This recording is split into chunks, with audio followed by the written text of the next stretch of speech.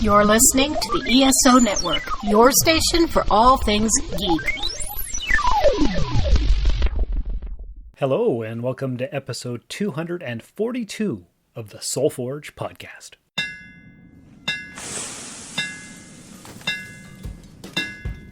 Welcome to the Soul Forge, a place of silent mystery, quiet contemplation, and outright mayhem.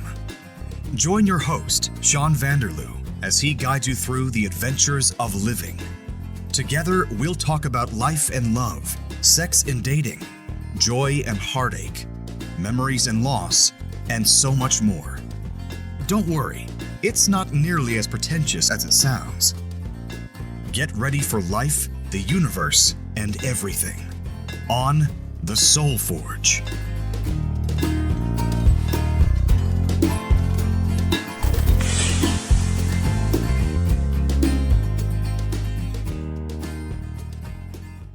Hey everybody, welcome back to the show. I'm Sean, and this is the Soul Forge.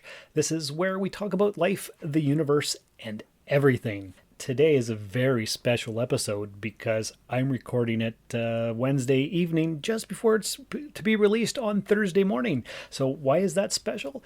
Because I have kind of a topic overall, and I haven't really researched too much. I've looked up a few things. My good buddy Renee kind of gave me a topic idea at the last moment, but that's not what makes it special.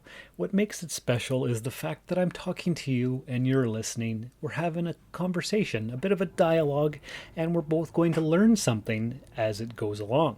So that's great. Another thing that makes it special is it's episode 242, and as you all know, 42 is the answer to life, the universe, and everything, as referenced in The Hitchhiker's Guide to the Galaxy, which is definitely a book you should read.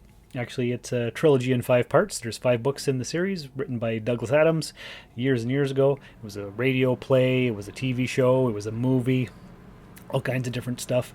But anyway, as my good buddy Paul from my other 2 podcasts, Cosmic Pizza Podcast and the Epsilon 3, he loves The Hitchhiker's Guide to the Galaxy. In fact, back in the day when I did the Rusted Robot podcast, I used to have a midweek supplemental show, and Paul actually sent in quite a bit of information on the number 42 and The Hitchhiker's Guide to the Galaxy.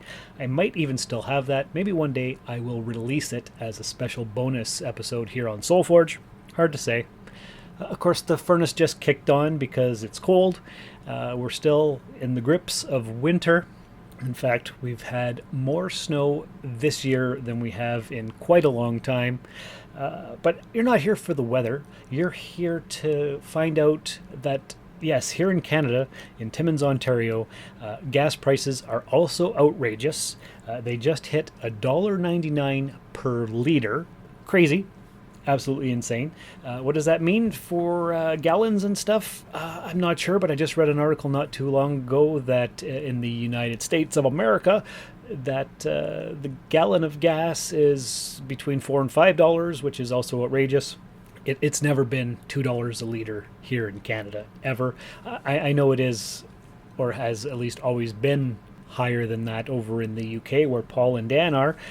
But here, that's unheard of. In fact, mostly it's been in the $1.30 range, $1.30 per liter, but the last few months it's been going up and up and up, and since Russia decided to invade Ukraine, well, everything's gone a little bit insane.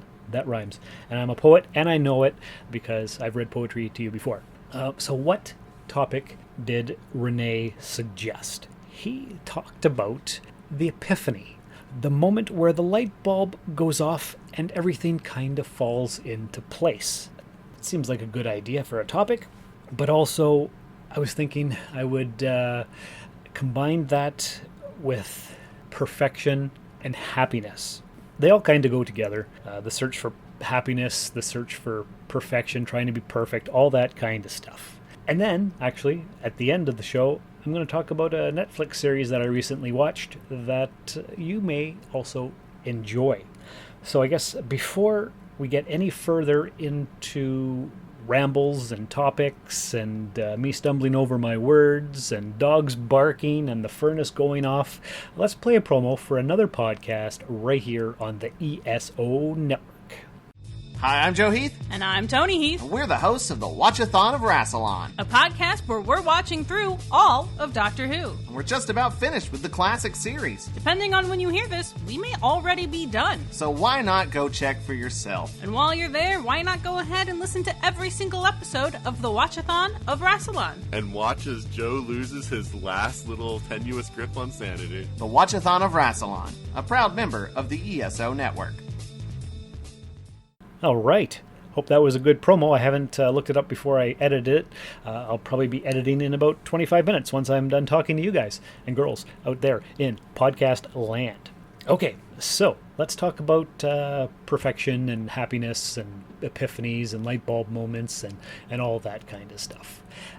So basically, an epiphany is a sudden realization. You know, like when the light switch goes off all of a sudden, you figure something out about your life and you're like, aha. And I may have told this story before, and it makes me feel kind of dumb.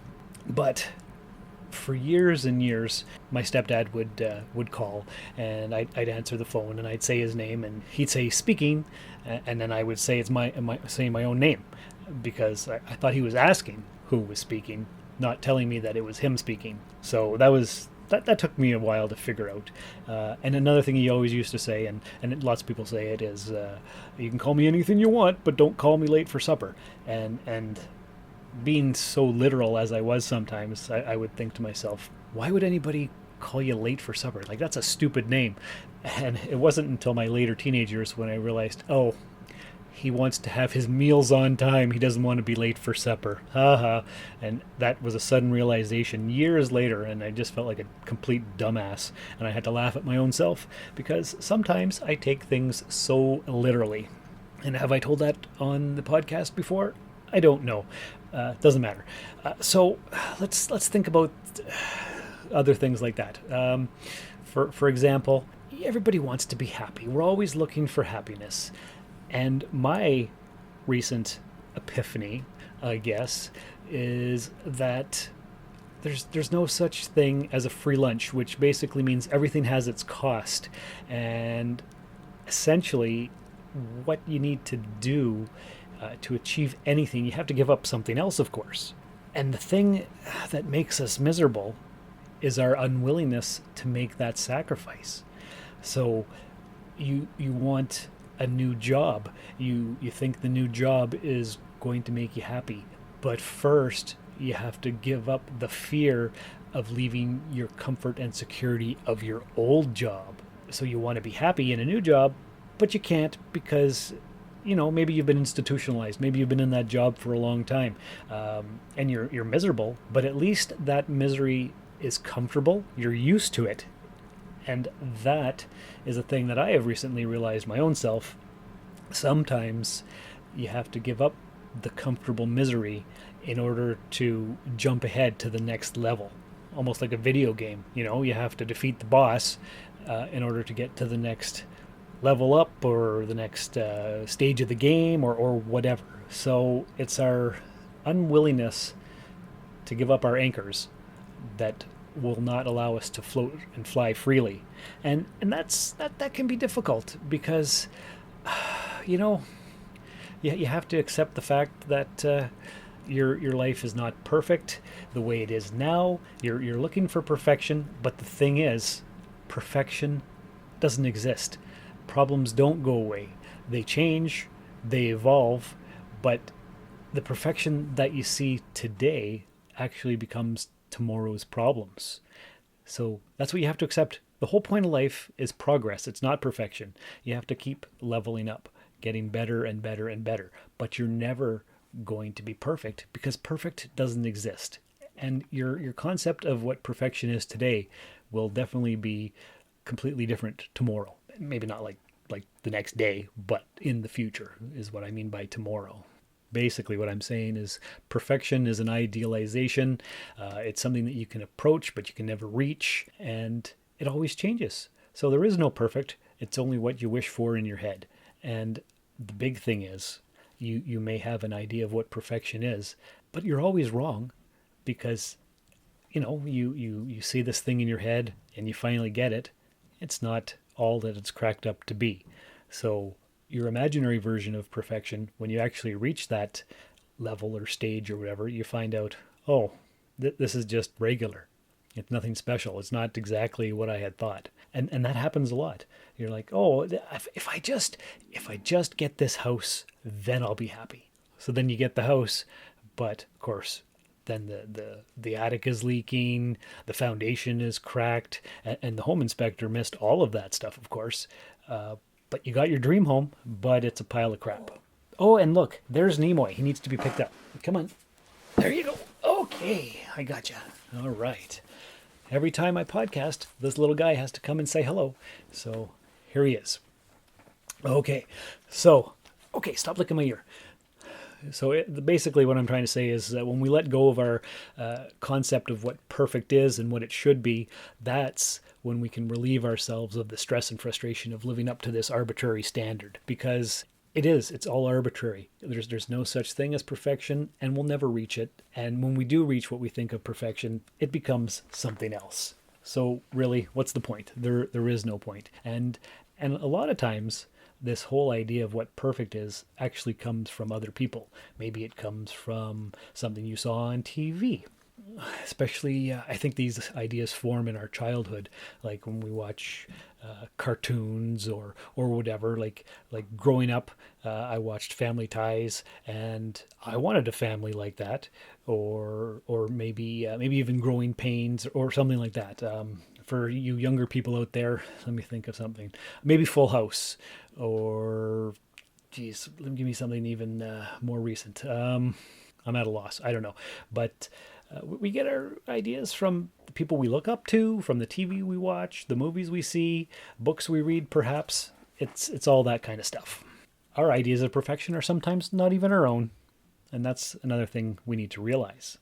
Okay, so going along with that, we have to take responsibility for our problems, because a lot of times the things that go wrong in our life, or lives, I guess, really come down to decisions that we make. It's easy to blame the universe or blame other people for the problems, because that's the easy way out, and it can feel good for a while, because oh yeah, I'm the victim, But the sooner we take responsibility for our own actions and our own truth and our own life, that is when the real start to freedom begins, I guess.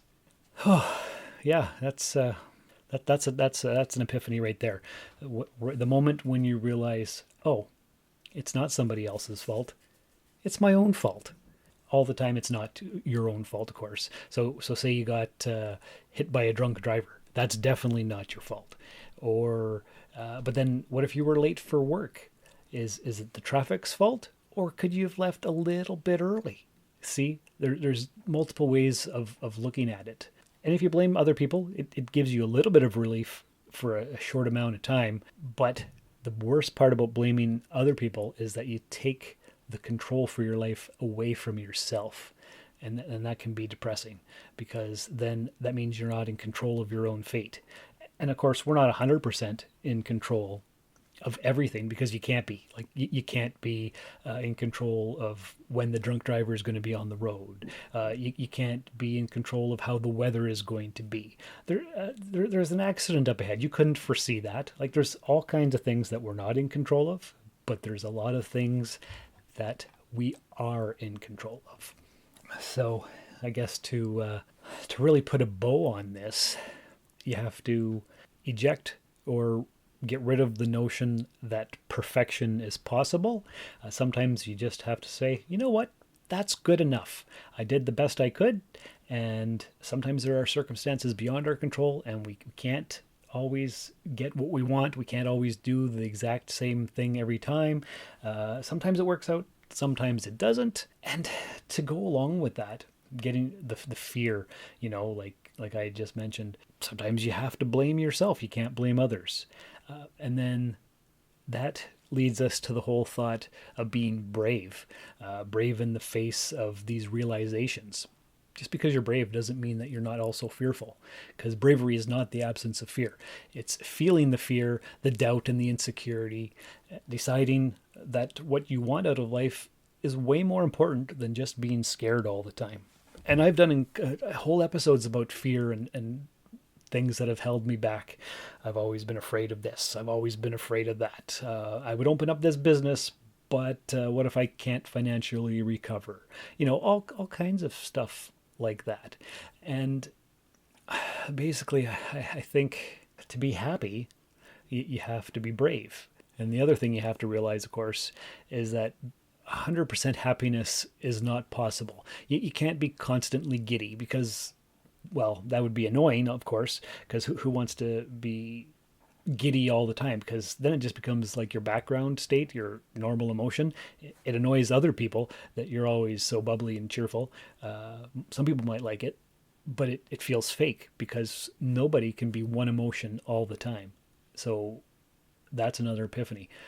Constant happiness is not possible because there are ups and there are downs, and things happen to us and we just have to accept them. We can change them if we can. If we can't, we just deal with it and you move on with your life. And that's what you have to do. And another thing that they talk about a lot is your motivations. Are you motivated by money for money's sake? That's not good.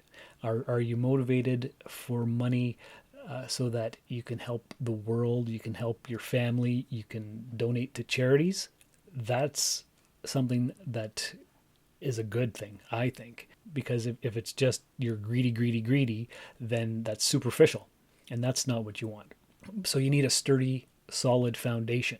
So the money is providing the good life for your family and friends and the neighborhood at large. If you're just a hoarder of money, what's the point? You're not helping anybody. So that's not good. Yeah, so these are all, I guess, epiphanies and realizations that I've recently come to. I guess that's basically where this topic is going. Yeah, that's pretty much it. So basically, define what your values are, what you want out of life, what you need.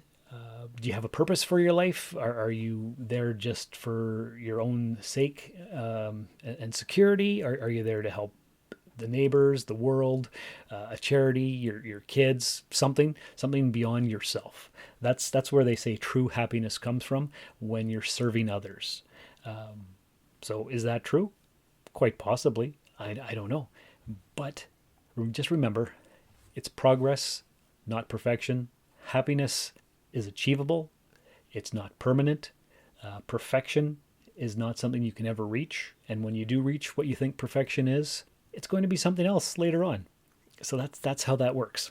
So before I talk about the Netflix show, here's the ESO Patreon promo for you to listen to.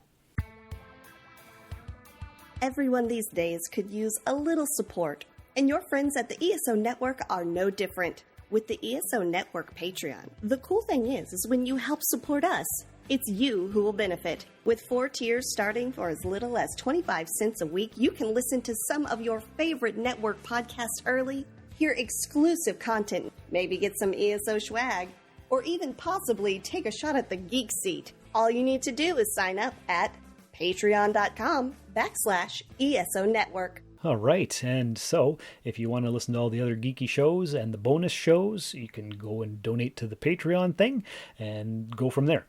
I also have a Patreon, but I don't ever talk about it, so don't worry about that. You all know that I have the coffee account that you can donate a minimum of $3 to, ko-fi.com/rustedsoul, and I don't talk about that too much often either, because I don't do the podcast for money. I do it for the fame. I don't have any fame either, but that's okay. It's all about helping people. So anyway, the show that I wanted to talk to you about, I've had it in my Netflix queue probably for a year or more, and maybe that's part of the problem. But I finally watched it there last weekend, and it's called Cursed.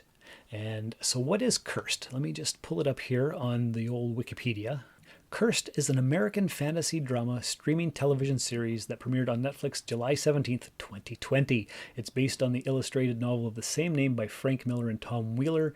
The set location of the series is the United Kingdom. So it's described as a reimagining of the Arthurian legend told through the eyes of Nimue, a young heroine with a mysterious gift who is destined to become the powerful and tragic Lady of the Lake. After her mother's death, she finds an unexpected partner in Arthur, a young mercenary, in a quest to find Merlin and deliver an ancient sword to him. Over the course of her journey, Nimue will become a symbol of courage and rebellion against the terrifying Red Paladins and their complicit King Uther. It's 10 episodes, and they're about an hour long each, but they're thick. And how do I mean by that? Thick episodes. It's like, it feels like it could be a 2-hour episode, but it's actually only one. You're watching it, and it's filled with so much drama and plot that you think it possibly has been running for 2 or 3 hours, but no, it's still the same hour. It's one of those. So I watched, 3 episodes in one day and then 7 the next. So I really liked it. It took me probably a year to actually start watching it, but I did. It stars Catherine Langford as Nimue. She was in 13 Reasons Why. Great actress, very beautiful, very nice acting abilities and whatnot. You've got a bunch of other random people. The thing is, Netflix actually canceled it after one season in July of 2021. So I watched the whole thing. I'm like, oh, I'd like to see another season of that because they definitely set it up for one. And of course, there isn't one. But if you like ancient time, medieval type fantasy shows and magic, then you'd love this. Great acting, great set pieces. It's a lot of fun. And like I said, I watched 7 episodes right in a row last weekend, so it's that good. It's definitely a retelling of the Arthurian legend. Like Nimue is the Fae Queen. Some of the people in her group, I guess, have antlers, whether they're actually real antlers growing out of their heads or they've attached them somehow for decoration. I'm not sure. They never actually say in the show, and it's hard to tell from the show actually how it is. But it's like they're like fairy folk, I guess, is really what it is. But it's lots of fun, and if you don't mind the fact that it's canceled after one season, then I would say give it a watch, because who doesn't like medieval fantasy stuff? And it's even before medieval, I guess. It's like the 500s or whatever. Who knows what it is? That doesn't actually say, but I think that's when it's supposed to take place. So yeah, it's a lot of fun, and that would be my recommendation of the week. So anyway, that's pretty much all I have for all of you boys and girls out there in podcast land today. Hope you enjoyed this episode, and we'll see what we come up with for next week. Don't forget to check out the Cosmic Pizza podcast that I also do, as well as the Epsilon 3 podcast if you want a Babylon 5 rewatch show. Also, all the other shows here on the ESO network. And my good buddy Dan, my co-host on those other 2 shows, does the Temporal Trek podcast, where he watches all of Star Trek from the very beginning in chronological order.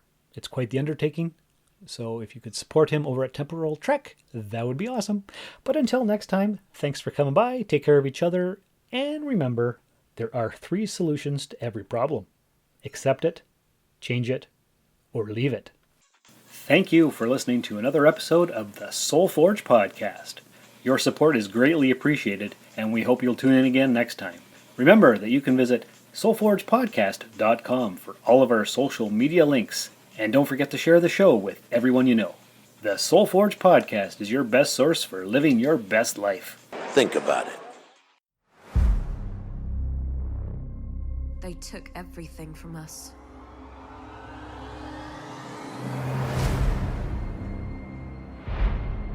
Because magic runs through us. Our mission is the extinction of magic. This is war. And in war, there can be no mercy. We can end them.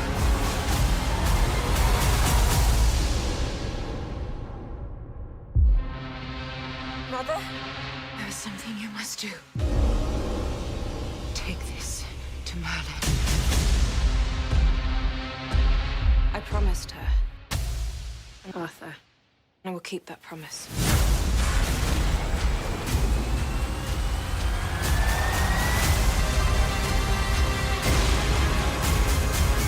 I have no magic. That's what the sword took from me. Even more reason to reclaim it. sword is cursed and will corrupt all who wield it. This is the kind of sword that gets you noticed.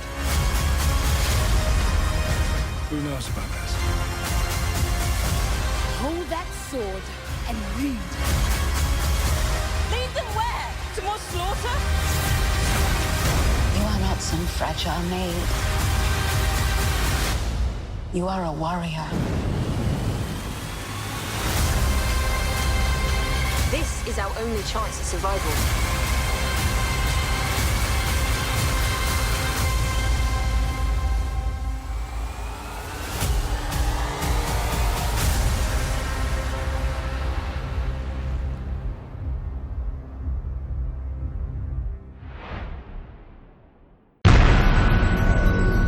This has been a broadcast of the ESO Network. Be part of the crew and help support our shows by donating to our ESO Patreon or by shopping at the TeePublic store, which can all be found at www.esonetwork.com. The ESO Network, your station for all things geek.